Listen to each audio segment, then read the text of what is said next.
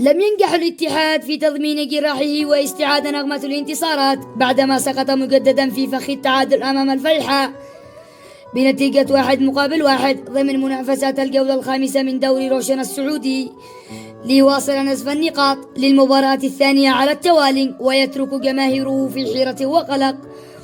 بدأ اللقاء بإيقاع متوسط وسط سيطرة اتحادية على مجريات اللعب، لكن الفيحاء أظهر انضباطا دفاعيا كبيرا واعتمد على المرتدات السريعة.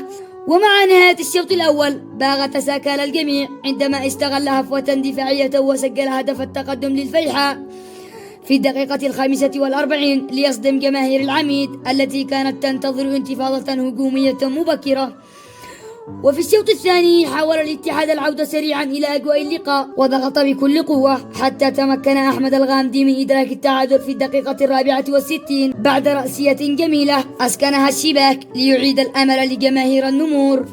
لكن الدقائق الأخيرة حملت مشهدا دراميا حين حصل الاتحاد على ركلة جزاء في الدقيقة 87 تقدم لها النجم الفرنسي كريم بنزيما بثقة، غير أن الحارس المتألق فلاديمير تصدى لها ببراعة ليحرم الاتحاد من انتصار ثمين كان كفيلا بمصالحة أنصاره.